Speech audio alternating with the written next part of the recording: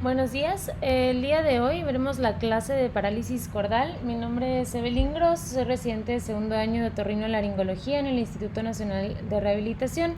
Esta clase fue supervisada por el doctor Mario Sergio Dávalos.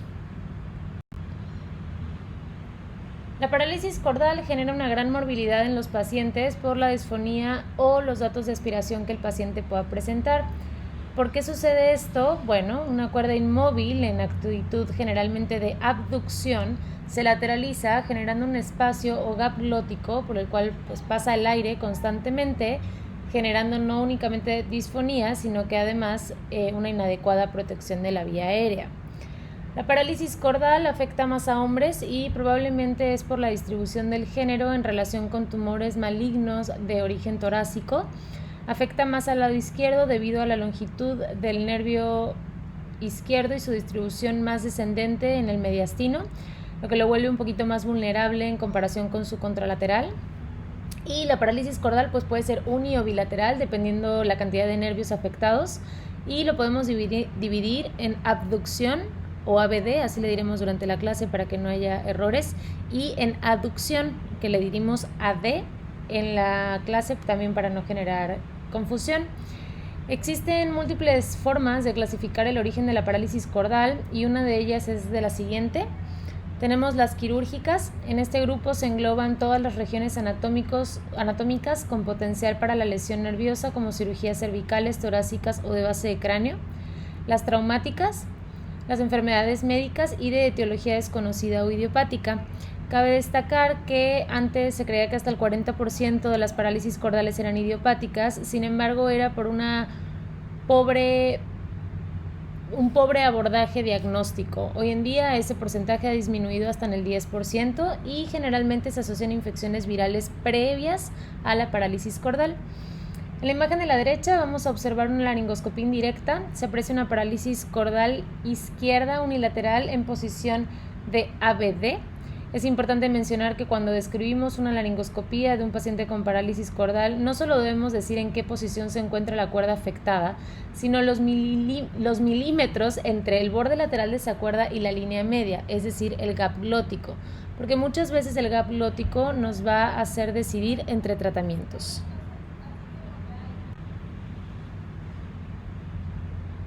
Veremos rápidamente el trayecto del nervio laringio recurrente y del nervio laringio superior para entender la lateralidad y el riesgo de lesión que tiene cada nervio en procedimientos quirúrgicos. Vamos a iniciar con la anatomía del laringio superior. Este nervio es una rama del nervio vago que desciende por la faringe, primero va posterior y luego se va medial a la carótida interna y se divide en una rama interna y externa. Entonces, en el diagrama de la izquierda vamos a ver el trayecto de la rama interna con una vista posterior señalada con amarillo. Recuerden que esta rama le da la sensibilidad a la mucosa laríngea. Entonces, desciende hacia la membrana tiroidoidea para atravesarla mientras se encuentra superior a la arteria laríngea superior y se divide en una rama superior y en una rama inferior que tienen diferentes zonas de inervación. En la imagen de la derecha vemos el trayecto de la rama externa izquierda, que es la rama motora del laringio superior. Entonces, la rama externa del laringio superior desciende detrás del esternoioideo con la arteria tiroidea superior, pero va más profundo a ella. Penetra el constrictor inferior faríngeo y da una curva en el tubérculo inferior del cartílago tiroides para inervar al nervio cricotiroideo, el cual, como recuerdan, tiene la función de tensar las cuerdas vocales. Entonces, este nervio corre paralelo a la arteria tiroidea superior y posteriormente la cruza de lateral a medial. Este cruzamiento puede ser a 1 centímetro del polo superior de la glándula tiroides, en la mayoría de los casos, pero en el 20% hay variaciones que ponen en riesgo el nervio durante la ligadura de la arteria en una tiroidectomía.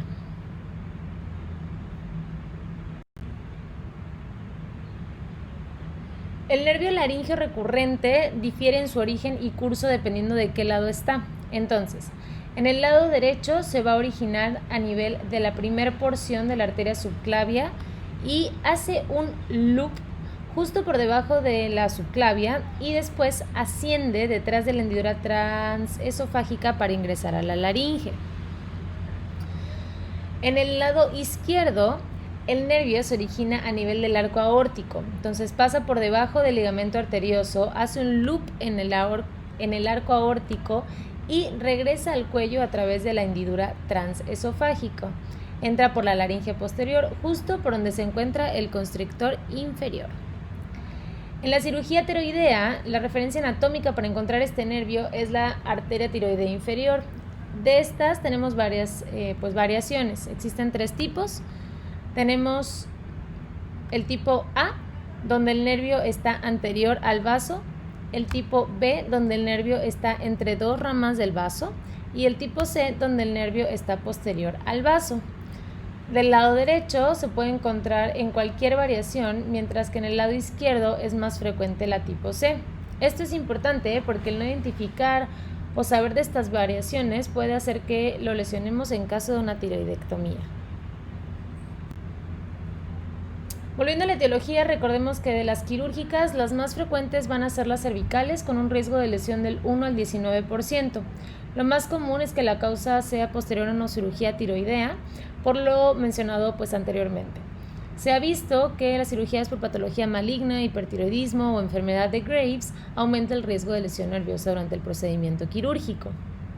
Otra causa son las cirugías espinal anterior, ya que va a requerir una separación del complejo laringotraqueal a los tejidos laterales del cuello, incluido la vaina carotídea, por lo que el nervio laringio recurrente debe separarse de su origen y su órgano blanco. En este caso, como el nervio derecho es más corto y más oblicuo, lo hace más susceptible a este tipo de lesiones que el izquierdo, pero es la excepción a la regla. El 30% de estas lesiones recuperan a los 3 meses, ya que no se hace un corte en el nervio, únicamente se manipula. Otras cirugías es la endarterectomía, y esto resulta por la esqueletonización o movilización de los vasos sanguíneos, la retracción, el uso del electrocauterio en la cirugía o la compresión vagal al momento de usar los separadores, por lo que también este tipo de lesiones recuperan en 3 meses. Con respecto a las cirugías torácicas, tenemos las que involucran el arco aórtico, el bypass coronario, el mediastino o el esófago. En caso de cirugías pulmonares hay que tomar en cuenta que la insuficiencia glótica generada por una lesión nerviosa aunado a un compromiso en la función pulmonar de estos pacientes crea una gran morbilidad en los mismos. Con respecto a las causas traumáticas, podemos dividirlas en intubación difícil o trauma externo de la laringe, y intubación difícil va en conjunto con la dislocación de la articulación cricoaritenoidea. La incidencia después de una intubación es difícil de determinar, ya que muchos pacientes con disfonía post-intubación no se les va a realizar laringoscopía, sin embargo se estima que es del 0.05%. Los mecanismos que explican este tipo de lesión son generalmente 2. Uno es que tenemos presión del tubo endotraqueal al nervio, y otro es que hay un trauma directo de la punta del tubo hacia la rama anterior del nervio laringio recurrente. Aquí se espera una recuperación espontánea. Ahora bien, ante eventos de intubación difícil o traumática o urgente, podemos llegar a tener una dislocación de la articulación cricoaritenoidea. Sin embargo, es muy raro y solo se sospecha en casos donde la intubación fue traumática. Las causas no quirúrgicas son el 60% de los casos, de los cuales el 50% se deben lesiones malignas. La fibrosis por radiación en la región cervical, como es el caso de un carcinoma nasofaríngeo, un carcinoma de mama o mediastinal, pueden comprometer la vascularidad del nervio, llevándolo a isquemia y por consiguiente necrosis o pérdida de transmisión neural. Es importante mencionar que la parálisis cordal por radiación puede ocurrir en los primeros 12 meses después de la radiación o bien hasta después de 34 años. En algunas series actuales, los tumores mediastinales, generalmente metástasis de tumores pulmonares, son un gran porcentaje de las parálisis cordales por causas médicas. Por lo que es importante que nos llevemos de esta clase que hoy en día una parálisis cordal izquierda de etiología no quirúrgica nos obliga a descartar un tumor mediastinal. El uso de quimioterapéuticos neurotóxicos como la vincristina o el cisplatino pueden generar parálisis cordal y depende de la dosis, pero lo bueno de esto es que suelen ser reversibles cuando dejamos de consumir el medicamento. La afección del nervio laringio recurrente por una linfadenopatía mediastinal, ya sea por una enfermedad tuberculosa o con sarcoidosis, también se ha visto. Generalmente la parálisis cordal mejora cuando le empezamos a dar el tratamiento de base. Con respecto a trastornos neurológicos, podemos tomar en cuenta la malformación de Arnold-Chiari, que cabe recordar que las malformaciones de Arnold-Chiari son un grupo, ¿no?, de desórdenes neurológicos heterogéneos que se caracterizan por alteración ya sea en la región cerebelar, tallo cerebral o unión cráneo-cervical. Lo que debemos llevarnos de esta clase es que existe en estos pacientes un desplazamiento inferior del cerebelo hacia el canal espinal por el foramen magno y eso nos lleva a una tracción del nervio vago. Sin embargo, si nosotros descomprimimos este descenso, generalmente mejoramos la parálisis cordal. Otra causa neurológica es el síndrome de Wallenberg, también conocido como síndrome medular lateral, donde hay una oclusión de la arteria cerebelosa posterior inferior que afecta a los núcleos de los pares craneales 9 y 10.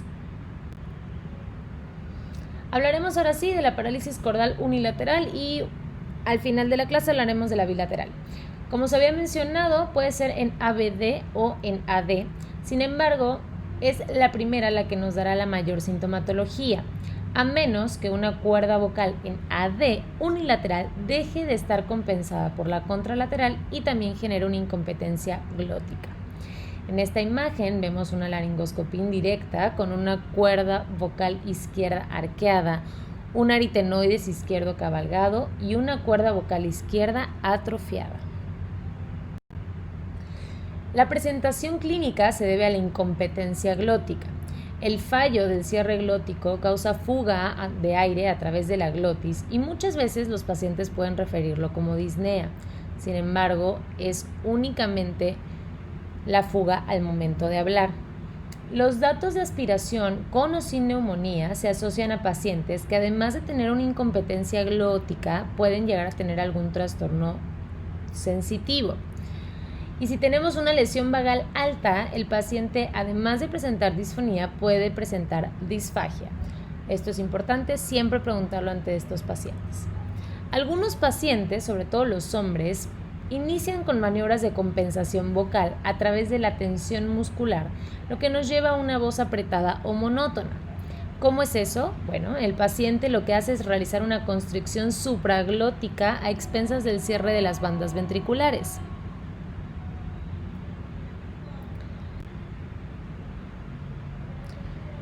Aquí observaremos dos laringoscopías indirectas. Del lado izquierdo, una parálisis cordal en ABD izquierda que podemos identificar por una cuerda vocal arqueada, atrofiada, sin embargo, sin cabalgamiento del aritenoides.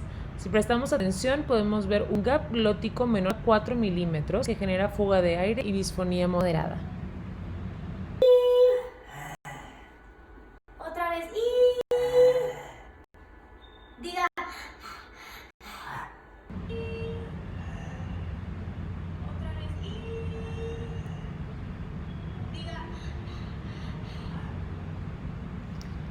Del lado derecho vamos a ver una parálisis cordal izquierda en AD que no compensa correctamente ya que la cuerda se encuentra atrofiada. Entonces vamos a ver un gap glótico pequeño pero existente de 2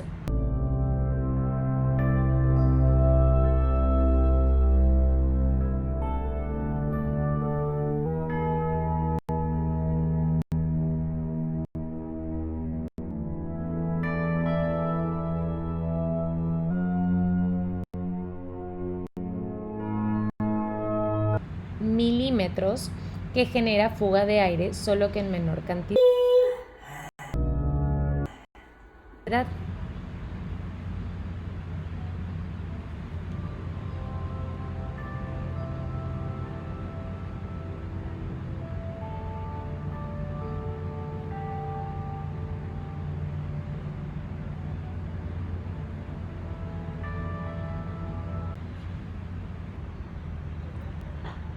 Del lado izquierdo vemos una típica voz de fuga que se ocasiona por la incompetencia glótica.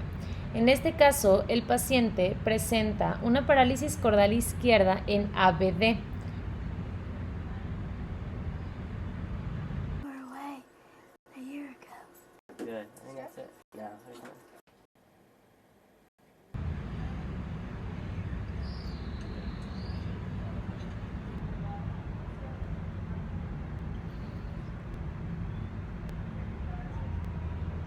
Del lado derecho vemos una nasofibrolaringoscopía transquirúrgica de un paciente con parálisis cordal izquierda a quien se le iba a realizar un procedimiento de medialización. Podrán observar que este paciente tiene cierta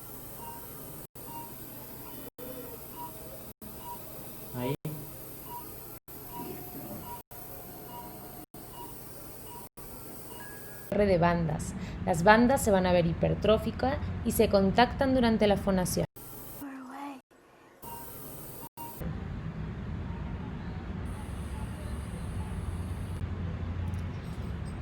Teniendo en cuenta la etiología, debemos ser muy enfáticos en preguntar durante la historia médica procedimientos quirúrgicos, sobre todo cervicales, traumas laringeos, quimioterapéuticos en su caso, o historia de radiación, y otros datos clínicos que sugieran una enfermedad cerebrovascular. Ahora bien, también es importante siempre preguntar si la disfonía inició posterior al procedimiento quirúrgico. Si estos no involucran el área cervical, entonces indagar acerca de una intubación difícil. Nunca debemos olvidar que las lesiones malignas ocupan un gran porcentaje de las causas médicas, por lo que es importante preguntar también los factores de riesgo asociados a neoplasias pulmonares o mediastinales. Se debe realizar una exploración completa con mucha atención en la glándula tiroides, adenopatías cervicales y la función de todos los pares craneales. Recuerden la importancia de valorar el reflejo nauseoso y la simetría del velo del paladar. En caso de tener una lesión vagal alta, el paciente presenta el velo del paladar caído ipsilateral al nervio afectado. De la voz debemos verificar la calidad, la aspereza, si es o no jadeante, la frecuencia fundamental, el rango y el tiempo fonatorio máximo. Lo normal en un adulto sano es un tiempo fonatorio de 25 segundos. Sin embargo, ante una parálisis cordal se puede reducir hasta 10 segundos. Recuerden que si el tiempo fonatorio máximo es menor a 5 segundos, nuestro abordaje quirúrgico puede cambiar. Entonces siempre es importante tener estos números en consideración. Ahora bien, si estamos frente a un paciente con una enfermedad pulmonar alterada como asma, EPOC o pacientes con EBC, el tiempo fonatorio máximo puede verse disminuido a pesar de no tener una alteración cordal.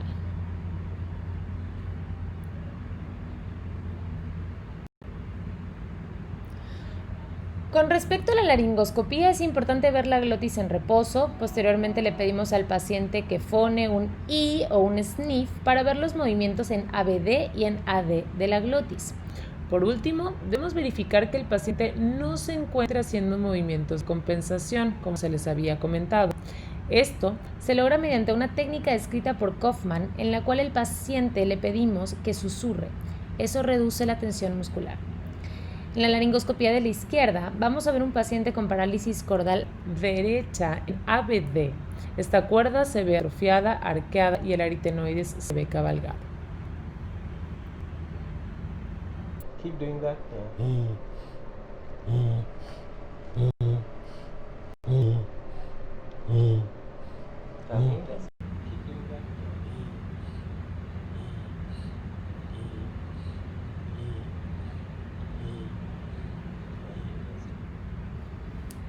En la laringoscopía. Good, do this. E.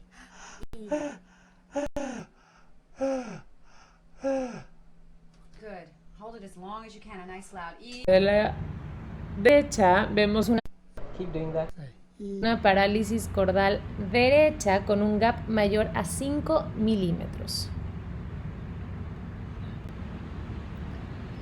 En este caso, en la laringoscopía de la izquierda vamos a ver una parálisis cordal derecha en AD con una cuerda vocal contralateral que no logra compensar del todo, dejando un gap de 1 milímetro.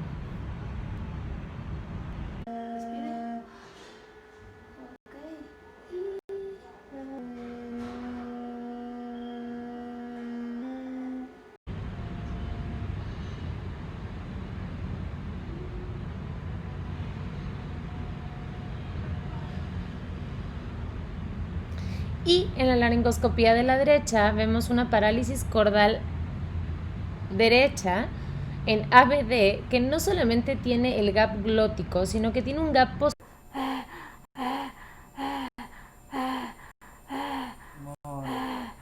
Trate de decir. posterior bastante amplio, que la hace candidata a un procedimiento de aritenoides aunado a un procedimiento de tiroplastía de medialización.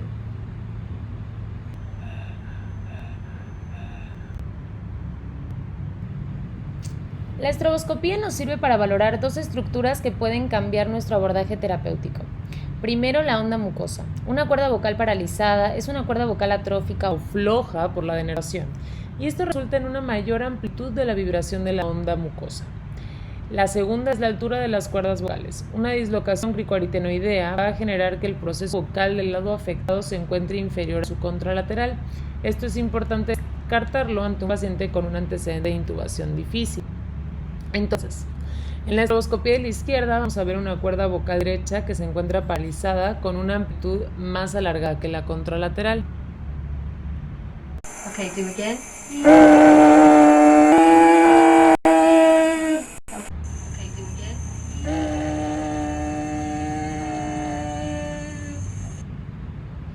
Y en la estroboscopía de la derecha veremos una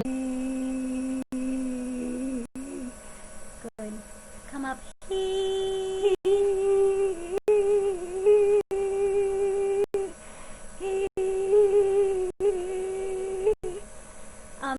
let's split the difference here. Pretty chesty sound.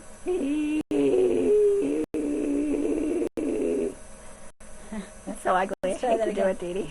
But well, that was good. Okay, now you were really low. Do that again. Okay, do it again. una mucosa torpe, por así decirlo, de la cuerda vocal izquierda.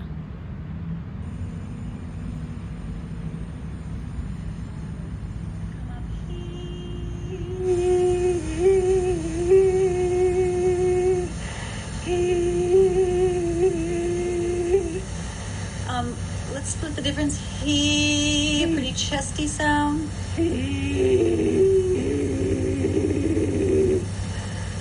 That's so ugly. Let's try that again. Do it, Dee Dee. But well, that was good. Okay, now you were really low. Do that again. Okay, do again.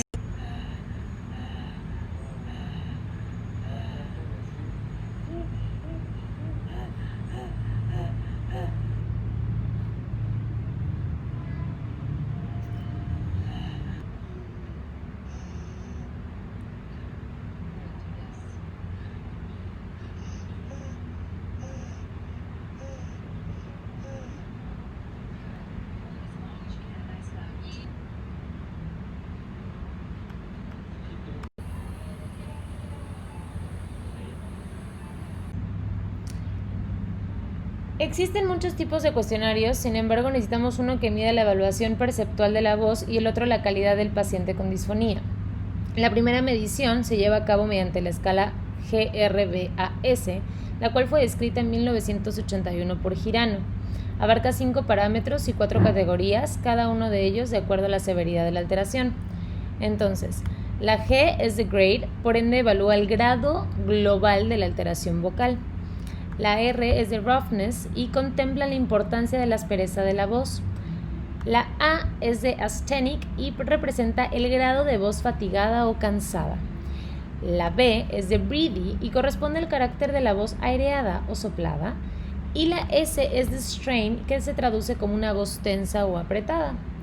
Para medir la calidad de voz del paciente utilizamos la escala de BHI. Es un cuestionario desarrollado por Jacobson con el fin de cuantificar el impacto de vida percibido por un sujeto afectado por un trastorno vocal. Contiene 30 ítems en 3 subgrupos, es la escala física, la escala funcional y la escala emocional. Entre mayor es el puntaje, la calidad de vida del paciente es peor. Ahora bien, lo interesante de este cuestionario es que debemos realizarlo durante un largo periodo de tiempo y así vemos si el paciente ha disminuido o no los puntos. Si vemos que disminuye 8 puntos por subescala o 18 en total, el paciente nos habla de una mejoría clínica. Con respecto a los estudios de imagen, no siempre son necesarios. Si sabemos que lesionamos el nervio de forma transquirúrgica, pues no es necesario realizar otro estudio para determinar la etiología. En cambio, si no sabemos el origen, se recomienda una tomografía con contraste que no solamente que cubra todo el curso del vago y el nervio laringio recurrente, y se recomienda su extensión a tórax por la relación de lesión maligna mediastinal o pulmonar con la parálisis cordal. La resonancia magnética se va a utilizar únicamente en caso de sospechar una lesión vagal alta o una etiología neurológica. La electromiografía es útil para diferenciar una fijación de una articulación cricoaritenoidea y una parálisis cordal. Además nos puede dar información acerca del nivel de la parálisis, es decir, si el nervio está completamente cortado o más bien está intacto. Entonces, si contamos con el recurso, no debemos dudar en utilizarlo. Y para valorar aspiración se recomienda el trago de bario modificado. Los factores de buen pronóstico son trauma romo-laringio, intubación endotraqueal, parálisis cordal idiopática o parálisis asociada a virus, que muchas veces se junta con la idiopática. Los de pobre pronóstico son lesiones posquirúrgicas con sección del nervio, pares craneales invadidos por un tumor, parálisis asociado a aneurismas torácicos y parálisis por enfermedades neurológicas. Con respecto al abordaje terapéutico, primero debemos identificar si el nervio se encuentra con una lesión temporal o permanente y si esta es aguda o crónica. En caso de ser una lesión temporal con posibilidad de recuperación neural, podemos optar únicamente por la terapia vocal, tratamiento conservador con laringoplastía por inyección con algún material absorbible o ambos. En caso de ser una lesión permanente, podemos optar por un tratamiento conservador con una laringoplastía por inyección cada 6 meses con materiales absorbibles o un tratamiento de reconstrucción permanente como una laringoplastía por inyección con materiales no absorbibles, tiroplastías de medialización con o sin procedimiento de aritenoides. Dada la posibilidad de recuperación espontánea en una parálisis cordal unilateral, los pacientes con poca sintomatología se recomienda esperar inclusive hasta 1 año antes de realizar intervenciones quirúrgicas no reversibles. Y si durante el periodo de espera los síntomas empeoran, podemos inyectar algún material absorbible. Entonces, como comentábamos, ante lesiones temporales con posibilidad de recuperación podemos optar por la terapia vocal, que se considera en pacientes con disfonía leve a moderada. El objetivo de esta terapia es revertir las maniobras de compensación y se debe mantener por 4 a 6 semanas. O bien, la laringoplastía por inyección. Este procedimiento se puede dividir en materiales absorbibles y no absorbibles. Como estamos hablando de lesiones temporales con posibilidad de recuperación, nos vamos a referir a materiales absorbibles. Entonces, este procedimiento está indicado en pacientes con una insuficiencia glótica menor a 2 milímetros durante la fonación. Por eso es importante siempre mencionar la cantidad de milímetros en un cierre glótico, no solamente el tipo de lesión que tiene una parálisis cordal. Entonces, estos pacientes pueden llegar a tener síntomas vocales mínimos como fatiga vocal. Es un procedimiento que se va a realizar en 10 minutos y se ha vuelto popular por su simplicidad, su bajo costo y que permite el cierre glótico inmediato. Este tipo de inyecciones temporales permite al paciente un cierre glótico por 6 meses que además de mejorar la voz evita la aspiración. En caso de que la lesión nerviosa se recupere, pues el gel en algún momento se va a disolver y el paciente tiene una adecuada fonación. En caso de encontrarnos con lesiones temporales, los materiales utilizados en la laringoplastía deben ser absorbibles. Uno de los puntos a tomar en cuenta al decidir una laringoplastía por inyección son las características del material que podemos utilizar, individualizando cada caso. Idealmente se debe tener un material con baja viscosidad para disminuir o para que tenga una resistencia mínima a la colocación, que tenga poca reactividad para evitar un proceso inflamatorio de tejido por cuerpo extraño y con una duración predecible y de bajo costo. Normalmente los materiales duran 6 meses, aunque existen algunos como la hidroxiapatita cálcica que pueden durar hasta 12 meses. Es importante mencionar que para cualquier material requerimos de 2 semanas para que el material se distribuya adecuadamente a través de la cuerda vocal y eso se lo debemos mencionar al paciente. El primero en utilizarse fue la parafina, pero era muy resistente al colocarse y generaba una reacción granulomatosa a cuerpo extraño. Entonces empezó a utilizar el teflón, sin embargo es el que tiene el mayor riesgo de presentar granulomas entonces también se dejó utilizar. Y actualmente el material más agradable es el gel de ácido hialurónico, ya que tiene una baja viscosidad y su duración es predecible. Y algo muy característico que lo hace ser el favorito entre los laringólogos es que si nosotros llegamos a colocar demasiado gel hialurónico, podemos hacer una sobrecompensación de la cuerda vocal, pero podemos utilizar la hialuronidasa para disolver un poquito del material. Otro muy parecido es el gel de carboximetilcelulosa, sin embargo este carece de alguna enzima que nos ayuda a disolver el excedente. Y por último tenemos el gel FOAM o la grasa autóloga, que es el que tiene menor tiempo de biodisponibilidad y muchas veces se requiere un quirófano para colocarlo. Otro punto importante a tomar en cuenta es la ruta de inyección que podemos utilizar. De aquí hay dos abordajes, tenemos el abordaje transoral y el transcervical. El transcervical podemos tener 3 rutas que veremos más adelante y el transoral es el siguiente. Se realiza con el paciente despierto en consultorio, el médico tiene el laringoscopio de 70 grados en su mano no dominante y con la dominante la jeringa. Vamos a aplicar anestesia tópica en spray con lidocaína en la región anterior y la base de la lengua, la región amigdalina, las paredes faríngeas y el paladar blando. Luego vamos a aplicar 2 mililitros de lidocaína al 4% en la base de la lengua, la valécula, la epiglotis y finalmente vamos a aplicar directamente en la glotis durante la fonación del paciente mediante un canal de trabajo propio del laringoscopio. Después de 5 minutos pedimos al paciente que traccione la lengua, introducimos el laringoscopio por la base lateral de la lengua hasta poder visualizar adecuadamente la glotis. El primer punto de inyección es en la región lateral y anterior del aritenoides afectado y el segundo punto es lateral a la porción musculomembranosa de la cuerda vocal afectada. Posteriormente se le pide al paciente que tosa y que fone.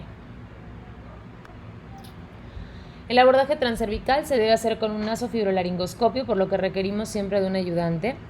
Vamos a empezar por el primero, que es el abordaje por membrana cricotiroidea. Primero debemos palparla. Se debe colocar la jeringa contra el ala tiroidea en una dirección vertical a 30 grados. Llevamos la jeringa a 2 a 4 milímetros hacia medial hasta verla por el nasofibrolaringoscopio. Posteriormente, la punta de la jeringa que se encuentra infraglótica se debe dirigir hacia superior y a medida que colocamos el material veremos la medialización de la cuerda vocal. Otro abordaje transcervical es en el que utilizamos la membrana tiroidoidea. En el esquema de la izquierda, la T es el cartílago tiroides, la H es el yoides, la E es la epiglotis y por ende P es el espacio preepiglótico. Por aquí vamos a introducir la jeringa que va por arriba de la escotadura tiroidea hacia el espacio preepiglótico y entra a la laringe a nivel superior o a nivel de la epiglotis. Una vez dentro, debemos direccionar la jeringa hacia inferior y realizar la inyección como se ve en la imagen de la derecha. El último abordaje transcervical es a través de la lámina tiroidea lateral, la cual determinamos por la palpación de la escotadura tiroidea y el borde inferior de la misma. De esta forma, la jeringa va a tener que ingresar a través del espacio paraglótico. Este abordaje no suele recomendarse en mayores de 40 años porque la lámina ya se encuentra calcificada y entonces nos da mayor resistencia al momento de introducir la jeringa. El procedimiento definitivo se considera en nervios en donde no esperamos una recuperación o bien cuando sabemos que hubo una transficción completa durante algún procedimiento quirúrgico. Recordemos que desde la transficción completa a la atrofia de los músculos intralaringeos pasan aproximadamente 2 meses. Entonces, aquí tenemos 4 procedimientos.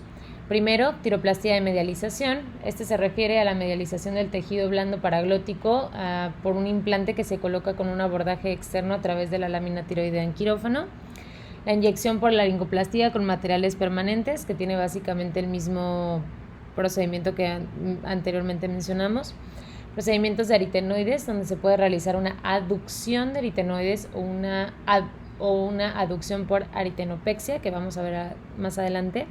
Y la subluxación cricotiroidea, en donde se alarga la cuerda vocal mediante la rotación de la comisura anterior. Empezaremos por la más importante y la que más se realiza. La tiroplastia de medialización fue descrita en 1974 por Ishiki. Se puede realizar mediante la colocación de un implante a través de un abordaje externo.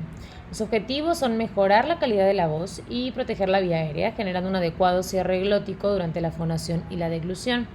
Es de suma importancia estar seguros que al menos la cuerda contralateral tiene la acción tanto de abducir como aducir de forma intacta para que la medialización sea considerada. Sus indicaciones son una insuficiencia glótica sintomática cuando hay poca probabilidad de mantener la función neurológica normal, una insuficiencia glótica moderada severa con un gap de más de 2 a 3 milímetros durante la fonación, una parálisis cordal unilateral, una paresia cordal unilateral o bilateral y atrofia de cuerda vocal debido a la edad. Si el estado de la lesión nerviosa no se conoce bien o la electromiografía se encuentra favorable para una recuperación espontánea, la cirugía de tiroplastía por medialización se recomienda trazar de 6 a 12 meses y mientras tanto mantener al paciente con la inyección de materiales absorbibles en consultorio. Pero, y esto es importante, si nosotros sabemos que tendrá una recuperación espontánea, pero en este momento el paciente tiene datos de aspiración o disfonía severa, podemos optar por este procedimiento. Si lesionamos el nervio durante una cirugía, podemos realizar la medialización en los primeros 3 meses, aunque corremos con el riesgo de hacer una medición subcuantificada porque no permitimos que la cuerda vocal se encuentre atrofiada por completo, o lo podemos realizar después de 3 meses del procedimiento en el que se hizo una transficción del nervio. Las contraindicaciones, y en realidad son relativas, es la previa historia de radiación en la región cervical anterior, la enfermedad maligna sobre el complejo laringotraqueal y la pobre abducción de la cuerda vocal contralateral, que esta sí es una contraindicación absoluta. Es importante mencionar que los factores que definen el pronóstico de esta cirugía son el tamaño, la forma y la posición correcta del implante. Existen varios implantes y es decisión del cirujano cuál utilizar. Existen algunos prefabricados y otros que se pueden moldear para lograr la forma correcta que nos lleve a una adecuada calidad vocal y a un adecuado cierre glótico. Algunos ejemplos son Gore-Tex, Silastic, Montgomery, Titanio o Vocom. Cada uno tiene sus pros y sus contras y depende de la preferencia del cirujano, y no es objetivo de esta clase saber cada técnica de cada tipo de prótesis. Antes de iniciar a describir la técnica quirúrgica, me gustaría que entendiéramos que este procedimiento es en 3 dimensiones. Entonces, tenemos una dimensión medial a lateral, es decir, el desplazamiento medial de la cuerda vocal que determina el adecuado cierre glótico. Tenemos una dimensión anterior y posterior. Debemos evitar que la prótesis se desplace hacia anterior o bien que la coloquemos muy anterior, ya que esto dejará un gap glótico posterior que hará que el paciente continúe con disfonía. Además, si nosotros hacemos que la prótesis se vaya hacia anterior, tenemos mayor riesgo de desgarrar la mucosa y que exista una perforación de la misma con extrusión del implante. Y por último, que es el menos discutido, pero no es el menos importante, es la dimensión superior e inferior. Es el más difícil de juzgar transquirúrgicamente, ya que debemos evitar colocar la prótesis en las bandas ventriculares. Entonces, vamos a colocar al paciente en una posición supina y se prepara por un procedimiento estéril. El paciente debe estar bajo sedación para que le permita fonar durante la colocación del implante y así medir el punto máximo de medialización. Se infiltra con 1% de lido y con epinefrina desde el yoides hacia el cartílago cricoides del lado quirúrgico, y normalmente se utilizan 15 milímetros. Colocamos gotas de lidocaína y afrina en la nariz del paciente, esperamos 5 minutos, colocamos el nasofibrolaringoscopio e iniciamos la incisión de 5 centímetros para media horizontal a nivel del cartílago tiroides, como se ve en la imagen de la derecha. A lo largo de la técnica quirúrgica van a ir viendo que lo voy a ir describiendo, siempre empezando por la imagen de la izquierda y luego por la derecha. Entonces, se realiza una incisión de 5 centímetros en el platisma, se eleva un colgajo de base superior hacia el yoides y de base inferior a la porción superior del cricoides. Se separan los músculos infrayoideos con electrocauterio y se retraen hacia el lateral para observar bien el cartílago laríngeo. Se toma un gancho que se coloca en la escotadura tiroidea y se lateraliza la lámina tiroidea contralateral para que el cirujano tenga una adecuada exposición de la lámina que va a trabajar. Se incide en el pericondrio externo del cartílago tiroides con un bisturí número 15 para hacer un colgajo de base posterior.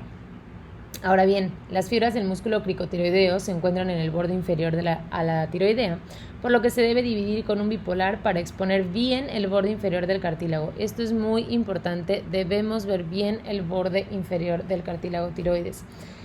Esta exposición se debe seguir hacia el tubérculo del ala tiroides, el inferior.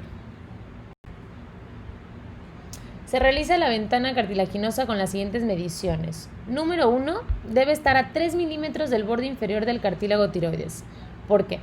Si lo hacemos más arriba, corremos el riesgo de colocar el implante en la banda ventricular. Y si lo hacemos más inferior, corremos el riesgo de fracturar el cartílago porque perdemos la L de Struth tiroidea. Así como tenemos una L de Struth nasal, hay que pensar que el cartílago tiroides también tiene esta L de Struth. ¿Ok? Entonces, si nosotros la hacemos por debajo de esos 3 milímetros, si hacemos 1 milímetro desde el borde inferior hacia arriba, vamos a perder esa L de soporte y se puede afectar el cartílago. Entonces son 3 milímetros y es por eso importante que debemos exponer bien ese borde.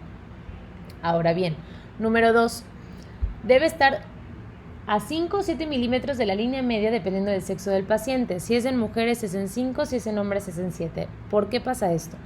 En los hombres las cuerdas vocales son más largas y las alas tiroideas forman un ángulo más agudo, por lo que en hombres la ventana debe ser más posterior para evitar el desplazamiento del implante hacia anterior, generando un mayor cierre en ese tercio anterior y un gap posterior. Número 3, normalmente la ventana mide de 6 a 13 milímetros, aunque eso depende mucho de la marca, pero es como lo básico. Entonces, una vez obtenidas todas estas mediciones, retiramos la patita y con un bisturí del 15 hacemos un triángulo en el ángulo posterior superior de la ventana. Se retira el cartílago sobrante con una Kerrison o con una fresa, dependiendo si está calcificada la lámina.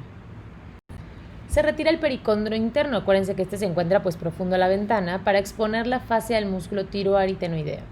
Se diseca hacia el espacio paraglótico en todas las direcciones, menos la anterior para no perforar la mucosa.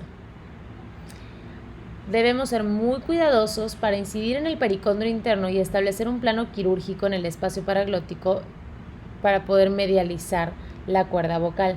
Si nosotros no disecamos correctamente, vamos a sentir una gran resistencia al momento de colocar la prótesis. Al ir disecando, no debemos olvidar la porción inferior a los 3 milímetros, que igual debe ser disecada. Posteriormente, vamos a meter un medidor en una posición posterior inferior de la ventana. Le pedimos al paciente que cuente de 10 a 0 y medimos la profundidad que requiere la prótesis para llegar al cierre glótico máximo. Entonces, de aquí vamos a tomar 2 mediciones.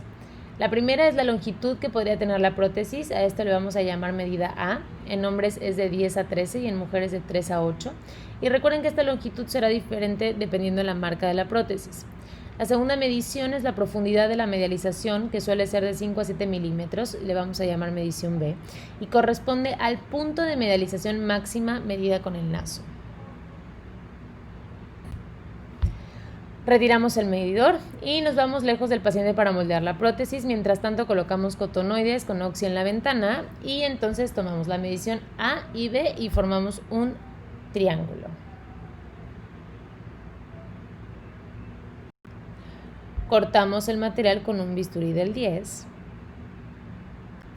y observen cómo la zona de medialización es justo en el medio de la prótesis, ¿ok? Es decir, la zona entre la línea apuntada. Esa es la que vamos a cortar para tener nuestra prótesis moldeada. Colocamos el implante con 2 Adson. Primero colocamos la porción posterior inferior y una vez colocado le pedimos al paciente que hable. Si está muy apretada, retiramos una porción anterior, nunca una porción posterior. Y si está floja, movemos el implante hacia posterior. Aseguramos el implante con suturas permanentes en el Struth inferior y se cierra por planos. El edema de las cuerdas vocales puede entorpecer el pronóstico por su lenta recuperación o inadecuada calidad vocal, por lo que se recomienda administrar 10 miligramos de dexametasona prequirúrgicos, seguido de una dosis de 10 miligramos a las 8 horas y 10 miligramos a las 16 horas. La mayor parte del edema ocurre en las primeras 24 a 72 horas. Es más riesgoso, sobre todo si además de esto les hacemos una cirugía en aritenoides o la medialización es bilateral o los pacientes tienen historia de radiación. Sin embargo, se van a edematizar. Entonces hay que dejarlos 24 horas en vigilancia hospitalaria. Normalmente no vamos a necesitar drenaje, sin embargo en caso de cirugía de aritenoides podemos dejar un drenaje que se retira la mañana siguiente. Se puede administrar 1 gramo de cefazolina prequirúrgica y los antibióticos postquirúrgicos en realidad no son necesarios a menos que estemos ante un paciente con una historia de radiación, en donde sí se recomienda dejar fluoroquinolona por 7 a 10 días postquirúrgico. La disfonía postquirúrgica puede durar de 2 a 6 semanas y no requiere descanso vocal. Las complicaciones tienen una incidencia del 3%. Empezamos con la penetración de la mucosa endolaríngea, que aumenta por consiguiente el riesgo de extrusión del implante e infección subsecuente, infección de la herida como cualquier procedimiento quirúrgico, condritis, migración y extrusión del implante. Es muy raro, se calcula que es del 0.8% la incidencia y suele ser hacia la luz glótica, no tanto transcutánea. Si sucede en las primeras horas postquirúrgicas, se cree es porque se perforó la mucosa sin querer. Si la perforación pasa desapercibida, entonces el implante se expone y se contamina. El implante inicia a trabajar como un objeto extraño que puede extruirse generando dificultad respiratoria. Si durante la cirugía llegamos a ver una perforación de la mucosa, la debemos suturar y debemos diferir el procedimiento quirúrgico. Otra de las complicaciones es la obstrucción de la vía aérea. Esto es importante, por lo que se recomienda siempre dejar de 24 horas al paciente en el hospital. Y una mala colocación del implante, en la cual la incidencia es del 10 al 15, con una insuficiencia glótica postquirúrgica que suele ser posterior. Otras son edema, hemorragia, hematoma y lesión del seno piriforme. La posición de los cartílagos aritenoides puede alterarse quirúrgicamente para permitir el control de la apertura glótica en pacientes con parálisis cordal. Esta cirugía puede ser la abducción o la aducción de los aritenoides, dependiendo del tipo de parálisis cordal que tenga el paciente. Nosotros iniciaremos hablando de la aducción aritenoidea. Esto significa que es para parálisis cordal en ABD. Este procedimiento quirúrgico asemeja la acción de los músculos cricoaritenoideo lateral, en que rota el cartílago aritenoides, medializa y estabiliza el proceso vocal, desciende la posición del proceso vocal y alarga la cuerda vocal acortada. Este procedimiento se puede agregar una tiroplastía de medialización. Existen varios estudios donde comparan la tiroplastía de medialización versus tiroplastía más procedimiento aritenoide, siendo el segundo grupo con mejores resultados.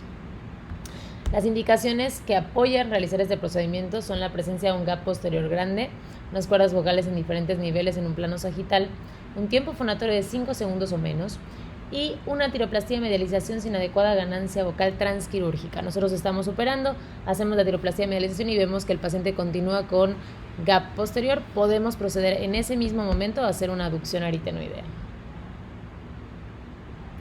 Estos datos, algunos de ellos pueden ser mejor evaluados en una estroboscopía, por lo que es importante realizarlo en todos los pacientes para buscar cuál de ellos se beneficiaría con un procedimiento de aritenoides. Es un procedimiento con sedación y videofibrolaringoscopio. Iniciamos con un abordaje similar a la tiroplastía de medialización, solo que cuando dividimos los músculos infrayoideos de su rafé, debemos tomar 1 centímetro de la porción medial del esternoyoideo, como se muestra en la imagen de la izquierda, y seccionarlo justo por debajo de su inserción con el yoides. De esta forma vamos a mejorar nuestra exposición posterior del esqueleto laríngeo. Proseguimos con la técnica de tiroplastía realizando un colgajo de base posterior del pericondrio externo de la ala tiroidea. Sin embargo, en este momento lo vamos a llevar completamente hacia el nivel del cuerno superior e inferior del cartílago tiroides. Vamos a realizar la ventana tiroidea con las mismas dimensiones previamente mencionadas y vamos a disecar correctamente el espacio paraglótico. Eso es de las cosas más importantes en estos procedimientos y los que nos lleva a un adecuado éxito quirúrgico. Se realiza esta ventana tiroidea, se diseca tanto la porción inferior, superior y posterior, nunca la anterior, y para evitar el desplazamiento de la prótesis se toman las medidas previamente mencionadas antes de exponer los aritenoides. Se va a colocar un gancho en la porción posterior del cartílago para retraerlo hacia anterior, y el acceso a los aritenoides puede ser de dos formas. Una es creando una ventana en la porción posterior del ala tiroidea, como en la imagen de la izquierda. Se retira todo el cartílago hasta palpar el proceso muscular del aritenoides. El tamaño de la ventana suele ser de 10 por 10 milímetros y tiene que estar al mismo nivel que la ventana para la prótesis, pero nunca jamás deben de conectarse. O bien podemos separar la articulación cricotiroidea, como vemos en la imagen de la derecha. Posteriormente vamos a disecar la mucosa del seno piriforme, pero cuidado de no perforarla. ¿Cómo la vamos a identificar? Bueno, vamos a pedirle al paciente que sople con las mejillas bien llenas de aire. Eso hace que la mucosa piriforme se distienda. Una vez que se distiende, la disecamos hacia posterior y la retraemos. Lo siguiente es identificar el proceso muscular y para eso tenemos varias técnicas. La primera es que el proceso muscular se encuentra a la misma altura que las cuerdas vocales. Si nosotros traccionamos el músculo cricoaritenoideo posterior hacia anterior, podemos observar la inserción tendinosa de la misma.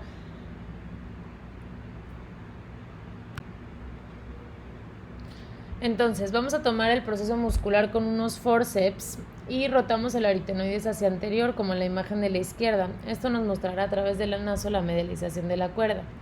Para tener asegurado este proceso muscular, podemos hacer una sutura en 8 que atraviese el borde lateral del mismo, como se observa en la imagen de la derecha. La sutura en 8 se debe dar con una aguja con doble armada, de tal forma que nos queden ambos cabos distales de aguja que podemos pasar a través de la ventana para la prótesis o a través de la lámina tiroidea y la membrana cricotiroidea para amarrarlos hacia anterior. Entonces, en la imagen de la izquierda podemos observar cómo se ve una aducción de aritenoides junto con una tiroplastía de medialización en una cuerda vocal izquierda en cortes axiales. ¿Qué es lo que vemos? 1. La ventana tiroidea. 2. La prótesis colocada. 3. El proceso muscular izquierdo. Y 4. La sutura desde el borde lateral del proceso hacia la porción medial del cartílago tiroides.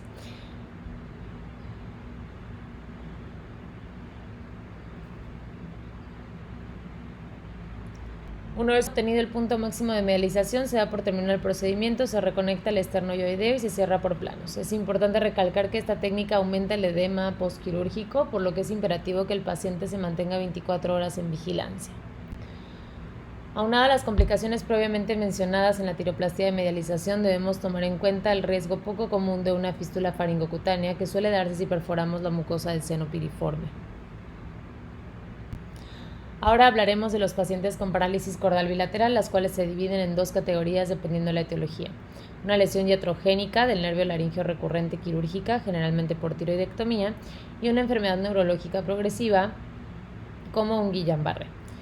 La parálisis cordal en ABD bilateral genera los mismos síntomas que la parálisis cordal unilateral en ABD, pero con mayor severidad. En estos casos podríamos realizar una medialización bilateral, pero se debe hacer bajo sedación y no anestesia por el riesgo de sobrecorregir la parálisis. Entonces, en lo que nos vamos a enfocar en realidad es en la parálisis cordal en ADD, porque genera restricción de la vía aérea sin disfunción vocal, como vamos a observar en el siguiente video. Dame aire. Dame aire otra vez. Dame aire.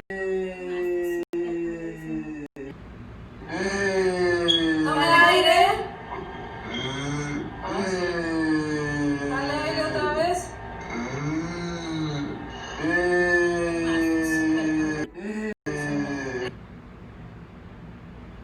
En este caso, el tratamiento tiene como objetivo maximizar la vía aérea y en casos de enfermedades neurológicas rápidamente progresivas o lesiones temporales se recomienda una traqueostomía. Entonces, para una parálisis cordal bilateral, primero decidimos si está en aducción o en abducción. En el caso que se encuentre en ABD, optaremos por una medialización bilateral, mientras que si se encuentra ambas en AD, decidiremos si vale la pena una traqueostomía o algún otro procedimiento. De algún otro procedimiento tenemos el menos agresivo y seguro, que es la cordotomía transversa posterior o la aritenoidectomía medial. Y de otros que son más agresivos, con mayor morbilidad para el paciente, son los procedimientos más extendidos o combinados, una aritenoidectomía total. Hablaremos rápidamente de la cordotomía transversa posterior y la aritenoidectomía medial. Sin embargo, debemos recordar que existen los otros procedimientos que son más invasivos y está a decisión del cirujano cuál realizar. La cordotomía transversa posterior se realiza con láser de la siguiente forma: se intuba al paciente con un tubo nasotraqueal 555, se expone la laringe con un laringoscopio de suspensión y se asegura el tubo en la comisura posterior. Colocamos un dispositivo para succión a través del laringoscopio o un cotonoide empapado con oximetazolina debajo del sitio quirúrgico. Confirmamos la localización del proceso vocal por palpación y hacemos una incisión con el láser que se ha recomendado CO2 anterior al proceso vocal, con cuidado de no exponer el cartílago. Si queremos extenderlo, podemos continuar la incisión después de separar la cuerda vocal del proceso vocal hacia el tejido de la cuerda vocal falsa. En la aritenoidectomía parcial debemos iniciar posterior a la punta del proceso vocal para tratar de preservarlo en su totalidad. Únicamente se retira el tejido de aritenoides redundante que compromete la vía aérea, como vemos en la imagen coloreado de azul. En caso de una aritenoidectomía total, se retira por completo todo el proceso vocal y nos vamos a seguir hasta observar las paredes del anillo cricoideo, como vemos en la imagen coloreada de verde. Esto ha sido todo por hoy. Nos vemos la próxima semana para la sesión de Zoom. Gracias.